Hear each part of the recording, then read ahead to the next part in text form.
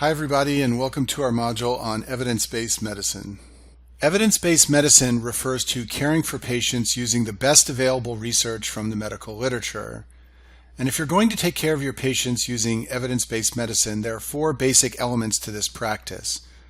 The first is formulating a good clinical question, and we'll talk about what this means in a minute. You also need to identify the best available evidence and assess the validity of the evidence, and we'll talk about validity of medical literature evidence in a minute. And then lastly, you need to apply the evidence from the literature in practice to a specific patient. So the cornerstone of evidence-based medicine is the formulation of good clinical questions. So a clinical question is something that can be answered from the medical literature.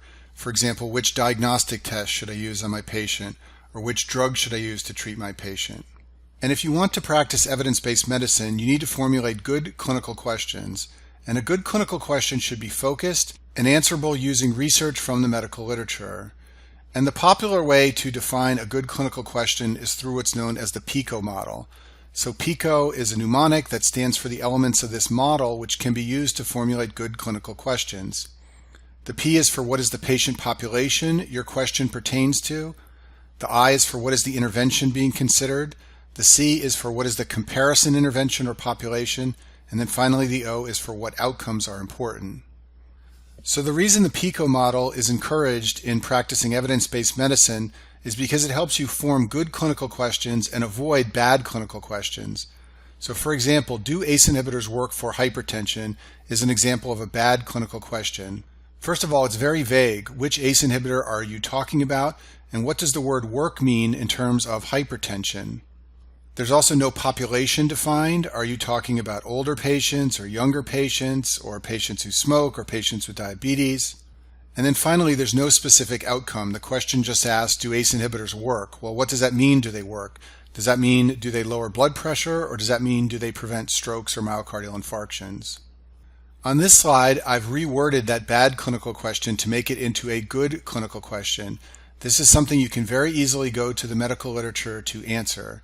So among obese adult women with hypertension, is lisinopril more effective than hydrochlorothiazide for the prevention of heart disease? So if you go back to the PICO model, we've defined our population very narrowly. It's obese adult women that we're interested in. We've also specifically defined our intervention as the drug lisinopril, not just ACE inhibitors in general. We also have a very specific comparison, that's patients taking hydrochlorothiazide. And then we've also very specifically defined the outcome of interest. We're interested in preventing the onset of heart disease with the drug lisinopril. So on your board exams, they'll want you to be able to identify a good clinical question and know that this is the type of question you can easily go to the medical literature to find an answer for. When you go to the medical literature to answer a clinical question, you need to understand the different types of evidence that you will encounter. Primary resources are generally the first available pieces of evidence about a clinical problem, like whether or not a drug works, or whether a diagnostic test works, or whether an exposure is associated with disease. Primary resources include things like case reports and case series, or observational studies like cohort and case control studies, or randomized clinical trials about new drugs and new treatments. And in general, randomized clinical trials tend to be the best evidence that we have. They're usually the strongest and most reliable type of evidence that a particular intervention works for patients. And so usually the first things available and published in the medical literature are primary resources. These are often written by the investigators who actually did the research, and they're publishing the first reports and the first evidence that a certain intervention works or that a certain association between exposure and disease exists. After a number of primary resources have been developed about a topic in medicine, you will then start to find in the literature systematic reviews and meta-analyses. These are compilations of primary studies where the authors are trying to pool together the data from different primary studies and draw stronger conclusions. These are often written by investigators who did not do the primary resource evaluation. These are secondary authors who are pooling the evidence together and trying to draw stronger conclusions.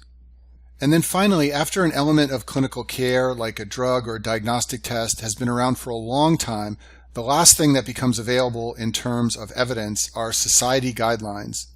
These are written based on multiple sources. They pull information from primary data and systematic reviews. They also pull information from clinical expertise and patient preferences, and they try to come up with guidelines for providers as far as what to do in terms of diagnosis and treatment. So just to give you an example of this, when beta blockers were first studied for patients with heart failure, initially primary resources were found in the literature. These were observational studies or randomized clinical trials. Now that beta blockers have been used for decades treating heart failure patients, we have guidelines from the American Heart Association and other groups telling us when to use beta blockers and how to use them. You can also think of the types of evidence found in the medical literature as occurring along a spectrum, starting with pieces of evidence that are relatively weaker in general and that may contain more bias, all the way to pieces of evidence that are stronger and have less bias. So in terms of patient care, the weakest piece of evidence you can have in support of an intervention or an association is animal research. There are lots of examples of things that occur in animals, but we don't find the same phenomena occurring in humans. Observational studies that involve human subjects are generally stronger pieces of evidence in animal research. So this includes things like case reports and case series and case control studies and cohort studies. And I talk about all these things in other videos, but in those videos I mentioned that cohort studies are generally the strongest form of observational studies. Case reports and case series are generally the weakest, and case control studies are in the middle.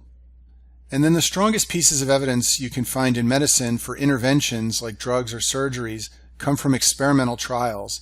So a randomized controlled trial is a very powerful piece of evidence supporting an intervention to help patients. Once there are a number of randomized controlled trials on an intervention, you then start to see systematic randomized controlled trial reviews and also meta-analyses of randomized controlled trials. All of these things represent clinical research evidence, and in general, they are the strongest pieces of evidence that we have, and they usually have the least amount of bias. Now let's imagine that you've formed a good clinical question and you've found a research study from the clinical literature. How are you going to evaluate that piece of evidence to decide whether you should use it to take care of patients? Well, the first thing you want to do when evaluating something from the clinical literature is assess the internal validity of the study. Internal validity basically means, was the research conducted properly and are the conclusions that the researchers drawn correct? So when you're assessing internal validity, you're looking at things like, how did they recruit the patients? Was there any bias when the patients were recruited or when the outcomes were assessed? And is there any possibility that the results are due to chance and not due to a real phenomena that exists in reality among patients? And so this is the first thing to do when evaluating a piece of evidence, is assess the internal validity and make sure there are no errors in the way the research was conducted. The second thing you do is assess the external validity of a piece of evidence. This means, does the research apply to patients not in the study, including your own patients? When you're assessing external validity, you ask questions like, are the study patients similar to real-world patients? Is the intervention in the study similar to real-world interventions? The study may have been conducted very well and may have strong internal validity, but studies can lack external validity if there are problems applying the findings and the results to patients in the real world. So when you're assessing the external validity, basically you're asking yourself, does this study and the findings in the study apply to the patient in my clinical question? And then the last thing to know about evidence-based medicine is that you also have to take into account your own clinical expertise and the patient's wishes. So when I'm taking care of patients with heart conditions, I need to know what the best evidence is in the literature. But then I also have to factor in my own clinical expertise and things that I have learned over the years about whether or not a certain intervention or a certain diagnostic test will apply to a particular patient. And then also you have to take into account the patient's wishes. Just because we have evidence that a particular intervention works doesn't mean that intervention is in line with the patient's wishes. So once you have a clinical question and you know the best evidence for taking care of your patient, you then factor in your own clinical expertise and the patient's wishes, and that represents the process of using evidence-based medicine to take care of patients. And that concludes our module on evidence-based medicine.